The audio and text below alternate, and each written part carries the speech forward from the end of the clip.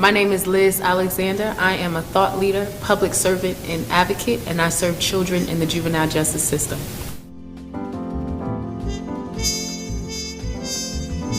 I founded the project called She Dreams of Freedom. It's a multimedia collaborative that's used to raise visibility about the plighted girls in the juvenile justice system. And so this work came out of being in the field doing juvenile justice work in Chicago and recognizing girls were not in the conversation when we talked about intervention, prevention, diversion. But that was contrary to my experience when I went and visited prisons, and I would see girls, and I recognized that girls were incarcerated for horrific things. So like, for example, sex trafficking, right? So in some states in this country, we criminalize children who have been rescued from child prostitution. So instead of taking them to rehabilitative centers, we put them in prison. So out of the need, to just really tell the world that this is happening, and then to also use the platform to empower girls to serve as their own advocates, to ultimately impact public policy and make some serious changes around how we service girls in the juvenile justice system. So right now I have a public service announcement I've been using as a talking piece. I try to do as many workshops and conference presentations as possible. But ultimately the vision is more public service announcements, interviews. Like I said, I really want to give girls these platforms to speak on their own, speak on their own terms about their own experiences, to serve as advocates for themselves. And then other ways to educate the general public. So like a web series, using like a fictional narrative based on the real life experiences of girls. So I mean, Orange is the New Black has nothing compared to the narratives of these girls. So things like that. Raise public awareness, be an advocacy tool, like I said, and then ultimately transform the justice system.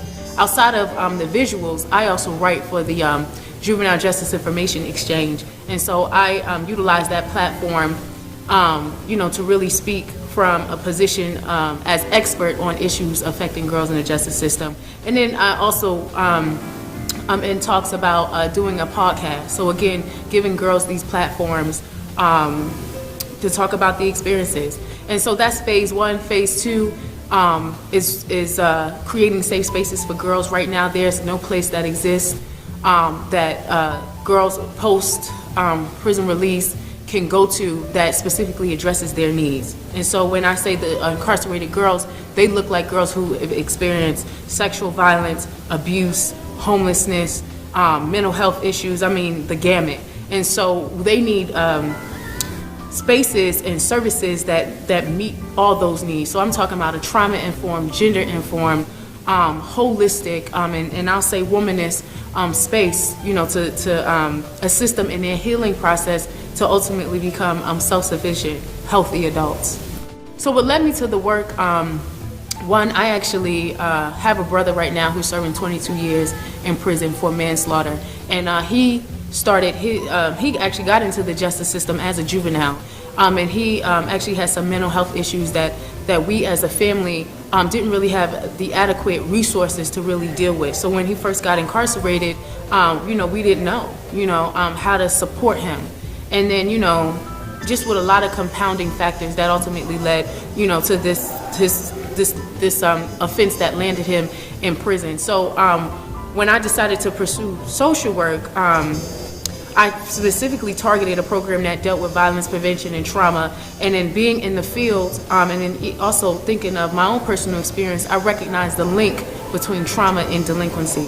And so was doing that. And so like I said, being in this space, being in prisons and seeing girls and then learning about the risk factors, so what puts them in prison, many of these risk factors reminded me of women and girls who I knew.